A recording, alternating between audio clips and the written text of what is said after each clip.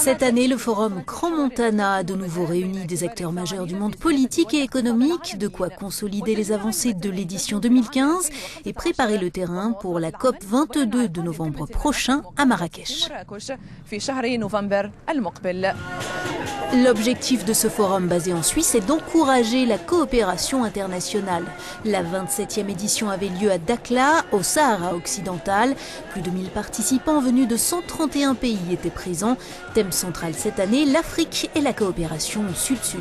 Le choix de la ville de Dakhla est pour nous tout à fait essentiel. Dakhla fait aujourd'hui figure d'un véritable laboratoire pour l'ensemble de l'Afrique et je trouve ça tout à fait symbolique de pouvoir organiser une telle rencontre, de pouvoir poursuivre ce dialogue entre grands acteurs de l'économie mondiale et de la politique internationale dans une ville et une région qui font la démonstration qu'aucune fatalité ne résiste à une politique volontariste de développement. Les travaux dans la station balnéaire se sont déclinés en une quinzaine de sessions portant sur des domaines aussi variés que la sécurité énergétique, la santé, l'environnement, l'emploi, l'éducation ou encore le rôle des régions dans le développement économique et social. Le Maroc lui-même a une grande tradition de brassage des civilisations diverses, très anciennes, entre l'Afrique noire et le Maghreb.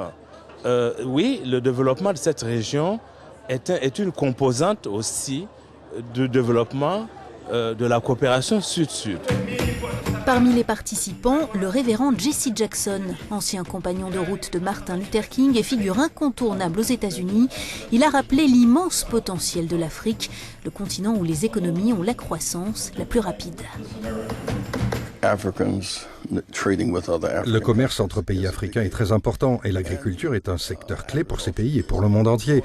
Et même si les États-Unis deviennent plus isolationnistes, l'Afrique doit être un partenaire commercial de premier plan. L'Afrique du Sud est le seul pays à être en excédent commercial. Le reste du continent a une relation déficitaire. Or, c'est le continent le plus riche en ressources de la planète. Lors de cette édition consacrée à l'Afrique, le forum Crans-Montana se devait aussi de faire la part belle aux femmes. Durant ces rencontres, elles ont débattu du rôle de la femme africaine sur le plan social, économique et politique. Un long cheminement qui se fait pas à pas.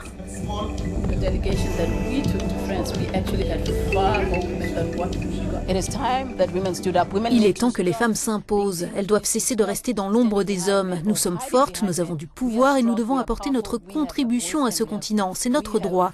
Et s'il le faut, nous le ferons par la force.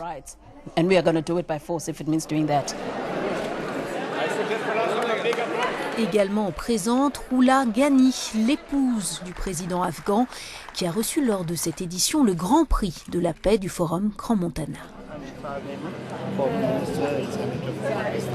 Petit à petit, on se rend compte que les femmes sont importantes, que ce soit dans l'économie, que ce soit dans la société, que ce soit dans l'éducation, dans la santé, dans tous les départements.